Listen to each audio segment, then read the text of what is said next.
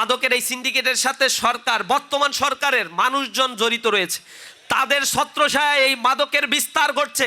দায়িত্ব নিয়ে বলছি, বাংলাদেশের প্রত্যন্ত অঞ্চলগুলোতে বিএনপির নেতাকর্মীরা, যুবদলের নেতাকর্মীরা, ছাত্র দলের নেতাকর্মীরা এই মাদক সিন্ডিকেটের সাথে জড়িত। তাদের সাথে যারা জড়িত রয়েছে, আগে দেখতাম ছাত্রলীগের সাথে যারা জড়িত, বাম আন্দোলন যারা করে, বাম নেতৃবৃন্দ, তাদের অফিসগুলোতে যাওয়া যায় না, ছেলে মেয়ে উভয় এই মাদকের সাথে জড়িত হয়ে পড়ছে।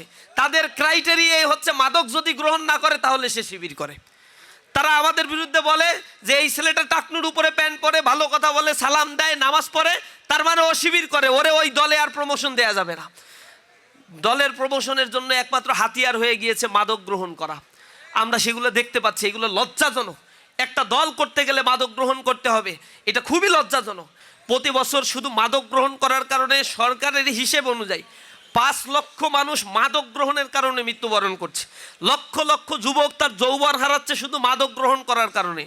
পারিবারিক কলহ, পারিবারিক বিবাহ বিচ্ছেদ ঘটছে এই মাদকের কারণে। মাদক গ্রহণ করাকে কেন্দ্র করে হিতাহিত জ্ঞান হারিয়ে পরিবারের সদস্যদেরকে হত্যা করছে।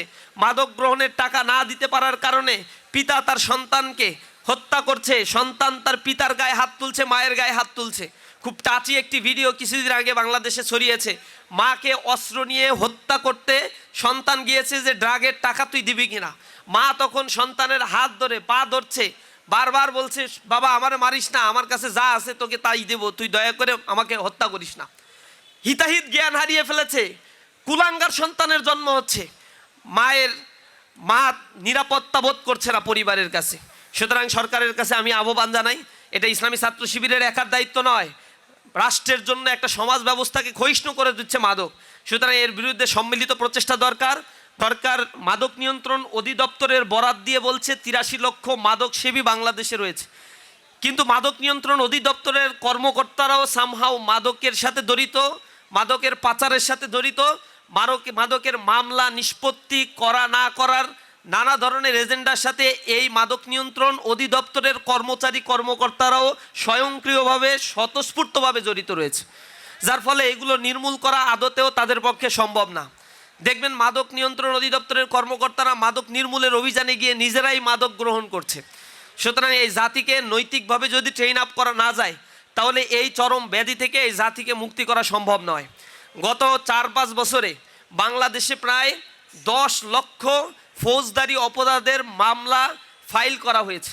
তার মধ্যে 3,64,000 মামলা ফাইল করা হয়েছে শুধুমাত্র মাদকের ক্ষেত্রে। অর্থাৎ টোটাল ফৌজদারি অপরাধের 38% অপরাধী সংগঠিত হয় এই মাদককে কেন্দ্র করে। অর্থাৎ মাদক টোটাল বাংলাদেশের ফৌজদারি অপরাধের সিংহভাগ স্থান এই মাদকই দখল করে রয়েছে। মাদকের কারণে প্রতি বছর অ্যাভারেজে $441 মিলিয়ন অবৈধভাবে বাংলাদেশ থেকে পাচার হয়ে যায়। বাংলাদেশ এমন একটা হাবে অবস্থান করছে যেটা মাদক পাচারের জন্য খুবই গুরুত্বপূর্ণ স্ট্র্যাটেজিক্যাল একটা পয়েন্ট। ক্রিসেন্ট হাব বলা হয় এটাকে। এই হাবটাকে যদি শক্তভাবে নিয়ন্ত্রণ না করা যায় তাহলে মাদক নিরাময় এবং নির্মূল করা আদতেও সম্ভব নয়। মাদকের বিরুদ্ধে কথা বলতে গিয়ে প্রতিনিয়ত শত শত মানুষ আহত হচ্ছে, হত্যার শিকার হচ্ছে। নোয়াখালীতে ইসলামী ছাত্র শিবিরের সমর্থক আরাফাত, ইসলামী ছাত্র শিবিরের কর্মী সাকিব, সেখানে মাদকের বিরুদ্ধে কথা বলতে গিয়ে একজনকে হত্যা করা হয়েছে, একজনকে গুরুতর আহত করা হয়েছে, এখনো পর্যন্ত চিকিৎসাধীন অবস্থায় রয়েছে। শুধুমাত্র মাদক ব্যবসায়ীদের এই সিন্ডিকেট মসজিদের সামনে মাদক বিক্রি করে এবং মাদক গ্রহণ করে, এর বিরুদ্ধে তারা কথা বলেছে। এই কারণে তাদেরকে ছুরিকাঘাত করে আমাদের প্রিয় ভাই আরাফাতকে শহীদ করা হয়েছে। আমি এর তীব্র নিন্দা জানাই।